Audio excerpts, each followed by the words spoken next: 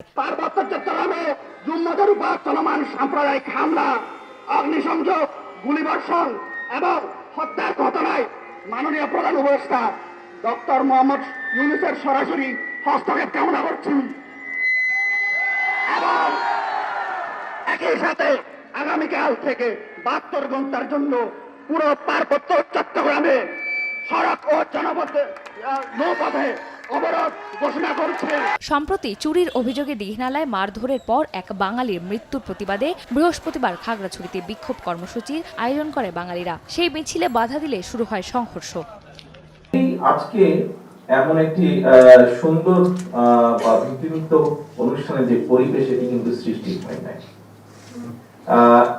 এরকম একটা স্বাধীন এবং মুক্ত পরিবেশের জন্য দেশের সকল ধর্ম বর্ণের গণতান্ত্রিকামী মানুষ গত 15 বছর ধরে কিন্তু আন্দোলন সংগ্রাম অব্যাহত রেখেছে।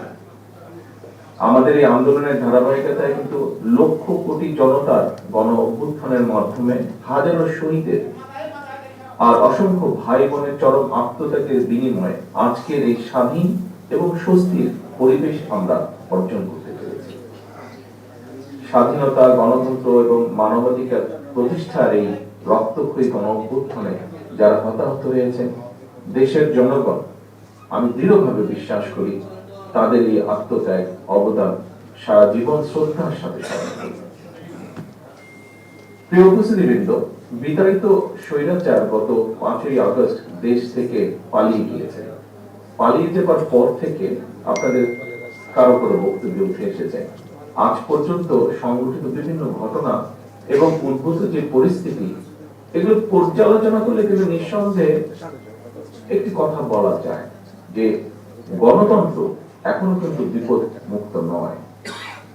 এরকম একটা পরিস্থিতিতে কোন কোন অপশক্তি যাতে আবার গণ অভ্যুত্থানের চূড়ান্ত লক্ষ্য এবং সাফল্যের ধারাকে ব্যাহত করতে না পারে, সেজন্য কিন্তু দল মত নির্বিশেষে আমাদের সকলকে সতর্ক থাকা প্রয়োজন।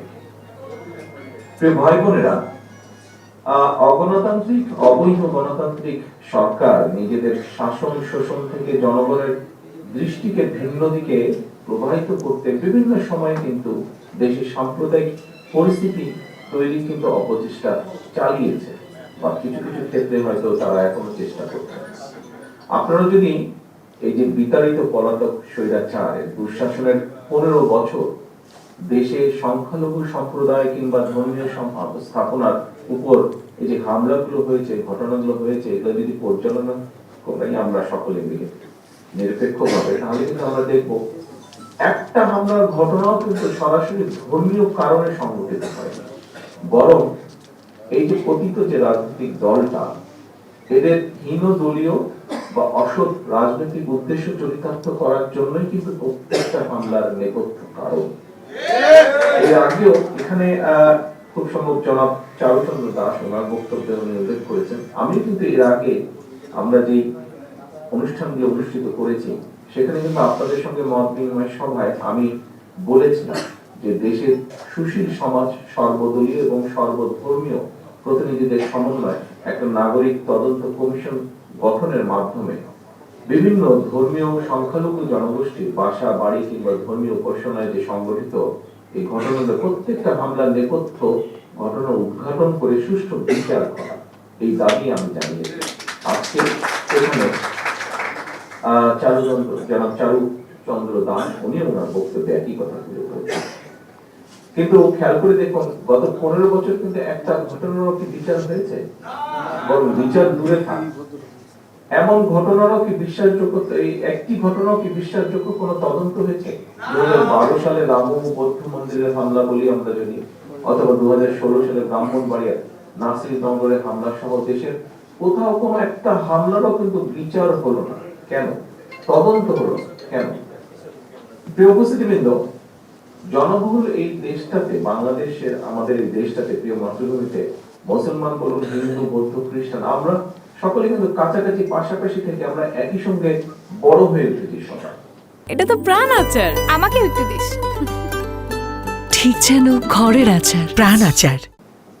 বাংলাদেশের জনগণের আগমন কালের এই যে ধর্মীয় সামাজিক শিক্ষা, মূল্যবোধ এবং সংস্কৃতি কখনোই কিন্তু অপর ধর্ম কিংবা বর্ণের মানুষের বিরুদ্ধে প্রতিহিংসামূলক আচরণের শিক্ষা দেয় না। কিন্তু এমনকি আমি আরো মনে করি বাংলাদেশে কখনোই কোনো কালেই কিন্তু সাম্প্রদায়িক হামলা কিংবা সাম্প্রদায়িক দাঙ্গার মতো কোনো পরিস্থিতি ছিল না, এবং আমি দৃঢ়ভাবে বিশ্বাস করি ইনশাল্লাহ ভবিষ্যতে এটি হওয়ার কোনোই কারণ আমি দেখি না।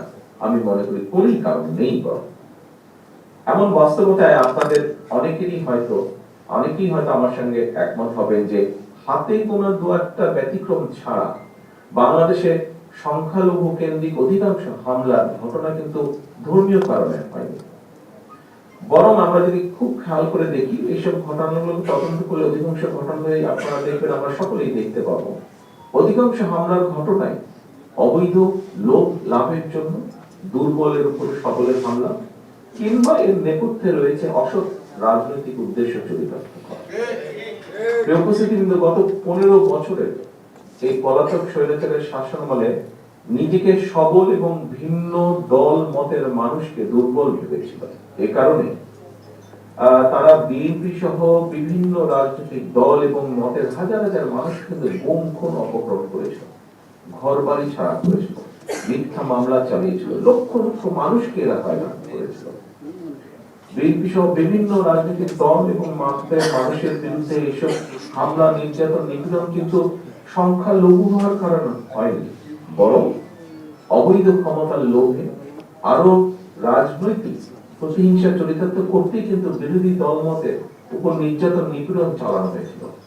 সুতরাং ধর্মীয় সংখ্যালঘু মানেই নিজেকে দুর্বল ভাবার কোনো কারণ নেই, বরং বাস্তবে যে কথা আপনাদের অনেকের বক্তব্য থেকেও বেরিয়ে এসেছে আজকে, এই স্বৈরাচারী দুর্বৃত্ত কিংবা ক্ষমতালোভীদের কাছে কিন্তু সংখ্যালঘু কিংবা সংখ্যাগুরু কেউ নিরাপদ না। স্বৈরাচারী ক্ষমতালোভীদের কাছে হীন দলীয় কিংবা ব্যক্তির স্বার্থটাই হচ্ছে সবচেয়ে বড় তাদের কাছে।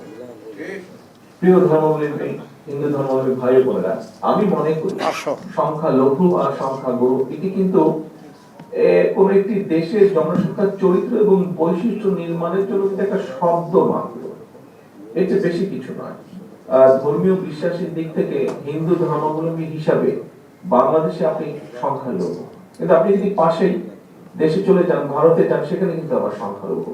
আবার এই আপনি যখন চীন, মিয়ানমার কিংবা ইউকে তে যদি আসেন, এখানে কিন্তু আমি বলেন, আপনি বলেন, আমরা সবাই কিন্তু এখানে সংখ্যালঘু। কাজে বর্তমান বিশ্বে কে সংখ্যালঘু আর কে সংখ্যাগুরু এটা কোনো গুরুত্বপূর্ণ বিষয় না, বরং একটা রাষ্ট্রে এবং সমাজে ইনসাফ এবং আইনের শাসন রয়েছে কিনা সেটি সবচেয়ে গুরুত্বপূর্ণ বিষয়, যেটি আমি ব্যক্তিগতভাবে দৃঢ়ভাবে বিশ্বাস করি। রাষ্ট্র ও সমাজের আইনের শাসন থাকলে আপনি, আমি, আমরা সংখ্যালঘু কিংবা সংখ্যাগুরু যাই বলি না কেন, আইনের শাসনে সবাই আমরা নিরাপদ। আইনের শাসন না থাকলে আমরা কেউই নিরাপদ না, যেটি কদিন আগেও সত্য বলেছিল মানুষের কাছে।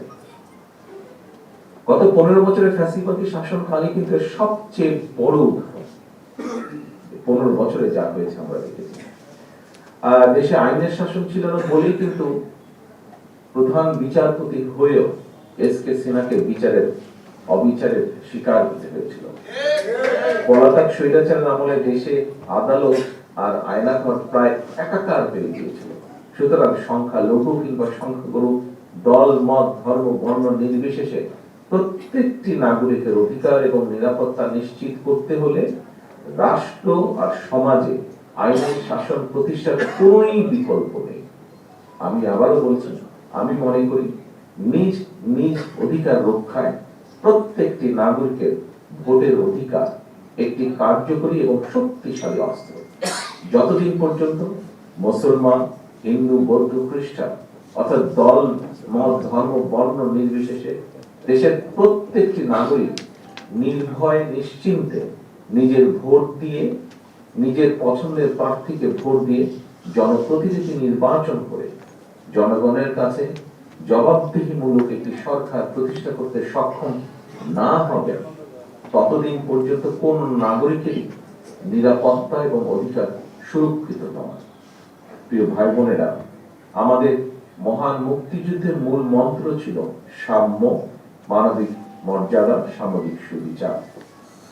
ধর্ম বর্ণ নির্বিশেষে, বিশ্বাসী বলুন অবিশ্বাসী বলুন কিংবা সংশয়বাদী, প্রত্যেকটি নাগরিক রাষ্ট্র আর সমাজে যার যার ধর্মীয়, রাজনৈতিক, সামাজিক, সাংস্কৃতিক অধিকারগুলো স্বচ্ছন্দে বিনা বাধায় উপভোগ করবেন, এমন একটি স্বাধীন রাষ্ট্র সমাজ বিনির্মাণের জন্যই মুক্তিযোদ্ধারা লাখো প্রাণের বিনিময় বাংলাদেশ স্বাধীন করেছেন। কে মুসলমান, কে হিন্দু, কে বৌদ্ধ, কে খ্রিস্টান, মুক্তিযুদ্ধের সময় আমাদের এমন কোনো জিজ্ঞাসা কিন্তু ছিল না। অতএব স্বাধীন বাংলাদেশ সংখ্যালঘু কিংবা সংখ্যাগুরু এসব নিয়ে চিন্তার কোনো কারণ নেই। ধর্ম বর্ণ নির্বিশেষে, বাঙালি অবাঙালি, বিশ্বাসী অবিশ্বাসী কিংবা সংশয়বাদী, বাংলাদেশের প্রতিটি নাগরিকের একমাত্র গর্বিত পরিচয়, আমরা সকলে বাংলাদেশ। এই বাংলাদেশ আপনার, আমার, আমাদের সবার। বাংলাদেশের প্রতিটি নাগরিক সকল ক্ষেত্রে সমান অধিকার ভোগ করবে, এটাই বিএনপির নীতি, এটাই বিএনপির রাজনীতি। হিন্দু ধর্মাবলম্বী প্রিয় ভাই বোনেরা, সবশেষে বলতে চাই, আমি বিশ্বাস করি আপনার আমার আমাদের দল বিএনপি বিশ্বাস করে দল মত ধর্ম যার যার, রাষ্ট্র সবার, ধর্ম যার যার, নিরাপত্তা পাবার অধিকার সবার।